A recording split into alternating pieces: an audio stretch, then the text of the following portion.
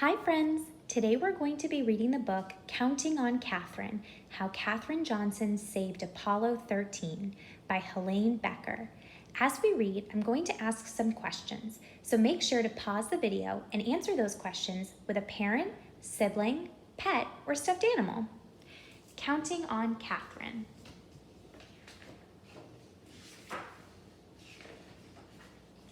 Katherine loved to count. She counted the steps to the road, the steps up to church, the number of dishes and spoons she washed in the bright white sink. The only things she didn't count were the stars in the sky. Only a fool, she thought, would try that. Even so, the stars sparked her imagination. What was out there? Katherine yearned to know as much as she could about numbers, about the universe, about everything. What's a word you could use to describe Katherine? Katherine's boundless curiosity turned her into a star student. She was so bright she skipped 3 whole grades. She catapulted right past her brother. He wasn't too happy about that. Look at Katherine here.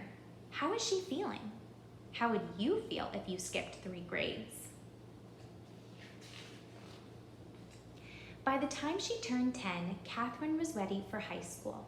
But back then, America was legally segregated by race.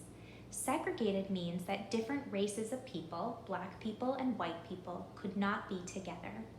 Her town's high school didn't admit black students of any age. Katherine burned with fury. She wanted more than anything to keep learning. There was still so much to know. Count on me, Katherine's father told her. By working night and day, he earned enough money to move the family to a town with a black high school. Katherine loved high school. She was good at every subject, but math was still her favorite.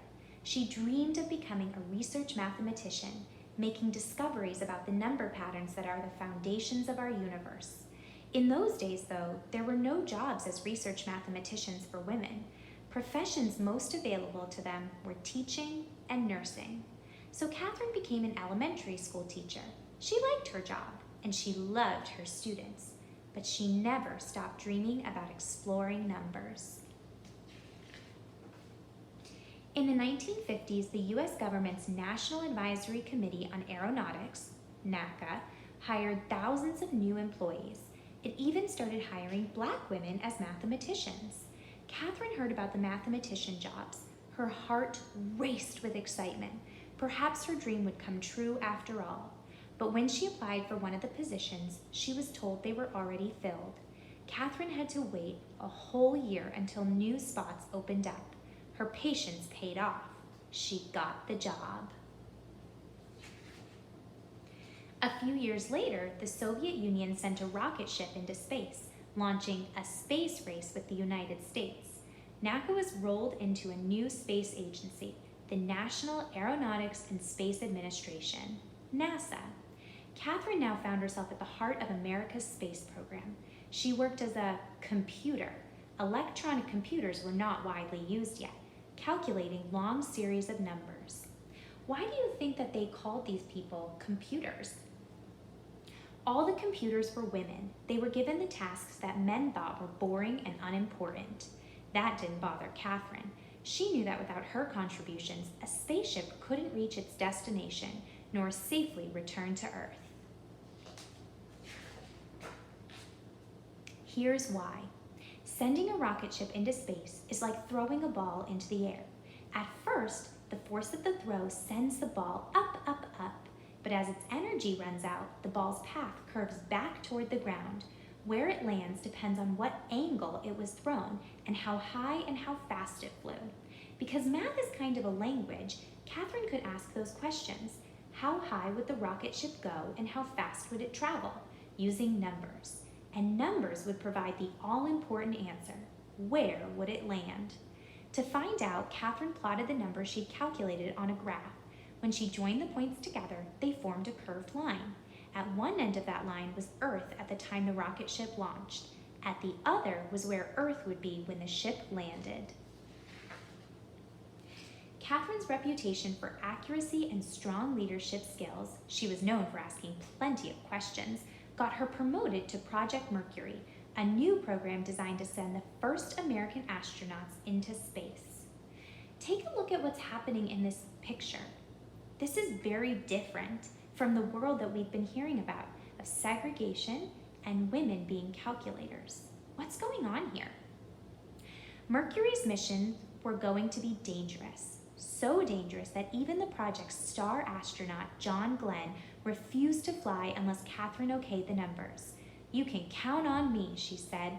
Glenn's spacecraft, Friendship 7, orbited Earth 3 times and returned home safely. Glenn became a national hero. Katherine was promoted again. Now she was asked to calculate the flight paths for Project Apollo, the first flights to the moon. "Count on me," she said. On July 20th, 1969, the Apollo 11 astronauts walked on the moon. Their feat was celebrated around the world. More triumphs followed. Apollo 12 rocketed to the moon in November 1969. Apollo 13 launched on April 11, 1970. But on the third day of Apollo 13's flight, the worst thing happened: an explosion in space. Could the crippled spaceship make it to the moon? And if it didn't work, would it be able to get back home to Earth? The 3 astronauts on board were in grave peril. What do you think grave peril means? Commander Jim Lavelle told Mission Control, "Houston, we've had a problem." Back on Earth, Katherine Johnson got a phone call. Her flight path calculations would have to be done all over again, and perfectly. It would be the toughest challenge of her life. Katherine told Mission Control, "You can count on me." She rolled up her sleeves, took a deep breath, and began doing the math. She worked hard and fast. A few hours later, Katherine's calculations were finished. The flight path to return home would take the ship around the far side of the moon.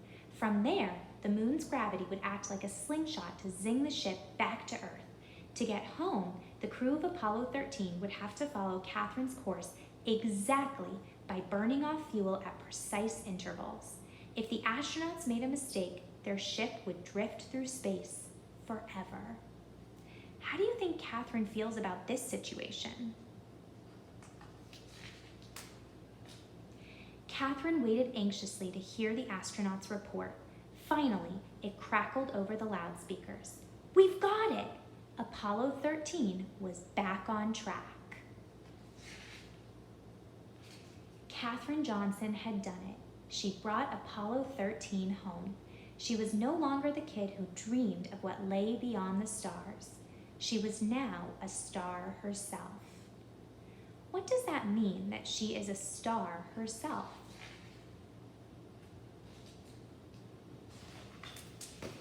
That was Counting on Katherine, how Katherine Johnson saved Apollo 13.